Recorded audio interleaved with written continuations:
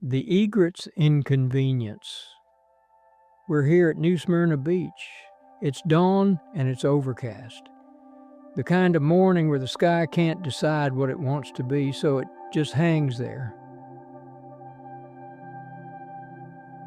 The clouds are so low you could almost touch them if you had the wingspan, which I do, but I'm busy.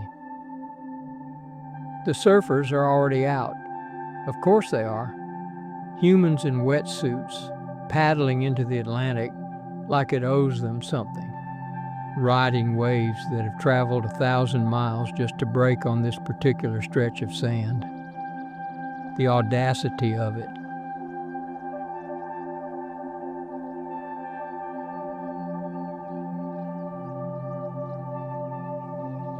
To take something that ancient and turn it into recreation. Though I suppose I can't judge. I'm about to stab a fish with my face. We all take what we need from the ocean. But look at the sand. The way it's caught the reflection of those clouds, dark and light at once. The beach becoming a mirror for the sky's indecision. You can't tell where water ends and sand begins, where earth stops and atmosphere starts. Everything blurred, everything uncertain. That's morning on the coast. That's the hour when the world hasn't committed yet, when it could go either way, storm or sun, fish or famine, a good day or the other kind. And now the fishermen arrive. And fisherwomen, yes, I see you. I'm not some archaic egret stuck in 1952.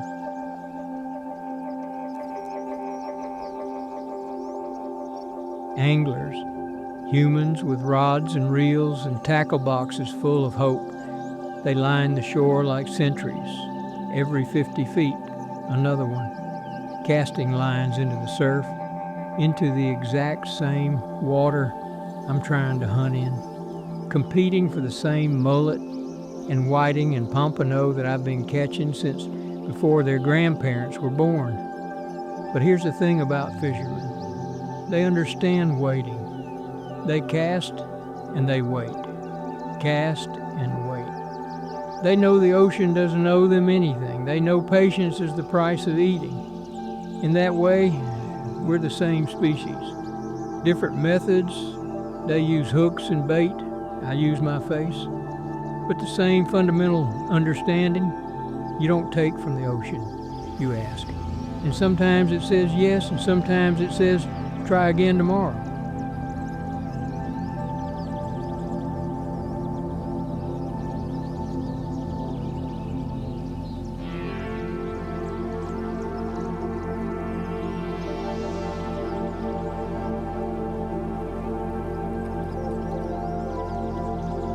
Oh, there it is. The sun, finally deciding to participate, breaking through the overcast like a promise kept, turning the gray Atlantic into something jeweled, emerald and sapphire, and that particular shade of gold that only exists when light hits salt water at this exact angle. Watch that fisherman now maneuvering across the barrier rocks toward the others, backlit by the emerging sun, moving carefully because wet rock doesn't forgive carelessness. Each step deliberate, each placement of weight considered. The rocks themselves, coquina limestone, formed from billions of tiny shells compressed over millennia, which means I'm standing on the bones of my distant ancestors. Clams and coquinas and creatures that filtered this same water when it was warmer, colder, higher, lower, when there were no fishermen, no surfers, no snowy egrets even, just water and shell, and time doing what time does, pressing everything into stone, into memory, into the foundation for whatever comes next.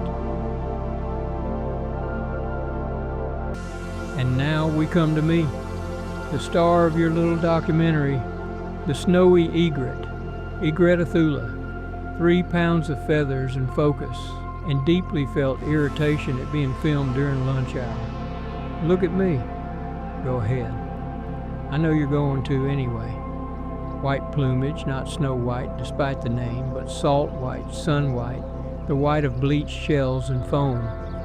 Yellow feet, because evolution has a sense of humor. Black legs and black bill, built for one purpose. Precision strikes in shallow water.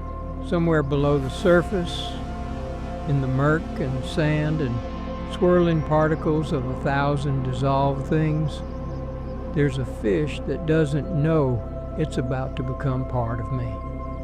That's how it works. That's how it's always worked.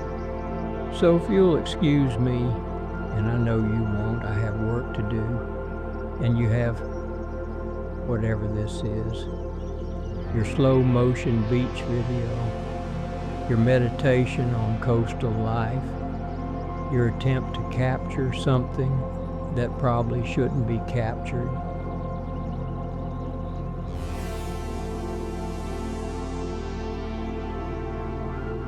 Though I'll admit, the light is good now. The sun on the water, the way the waves catch fire at their edges, that's not nothing. Off in the distance, see it? Ponce de León Inlet Lighthouse.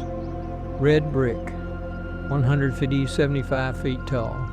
Built in 1887 when humans still believed in permanence. When they thought you could build something that would last, that would guide ships and prevent disasters and stand as testament to human foresight. He didn't find it, obviously. Nobody finds it, because it doesn't exist, because time only moves one direction, and water, no matter how magical, can't change that.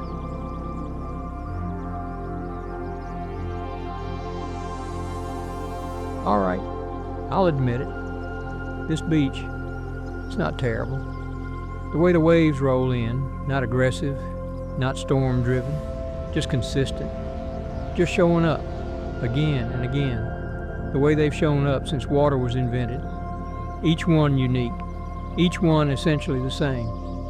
The sand, fine and white and warm now that the sun has committed, holding footprints for exactly as long as it takes for the next wave to erase them. Nothing permanent, nothing precious. Just marks made and unmade in the space between tides. The people scattered along the shore, some fishing, some walking, some just sitting and staring at the horizon like it might tell them something important.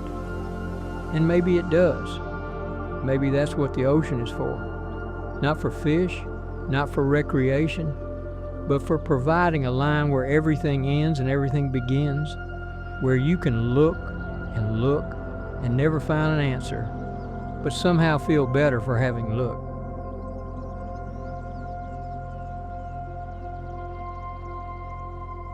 I spent my whole life that way. Every moment is hunting, or resting, or flying.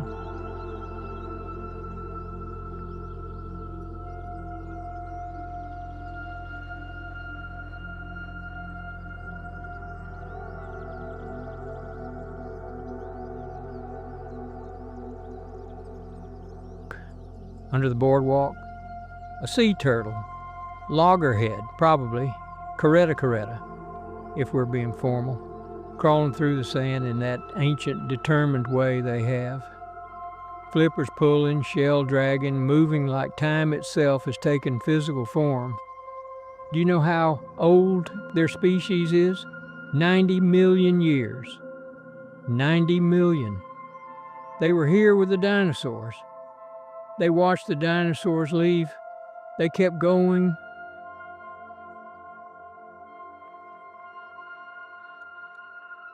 And above, look at that sky. That particular shade of blue that seems impossible, that looks painted, that makes you remember why people come to beaches in the first place. Big sky, empty sky, sky that goes on forever in every direction, interrupted only by the curve of the earth itself.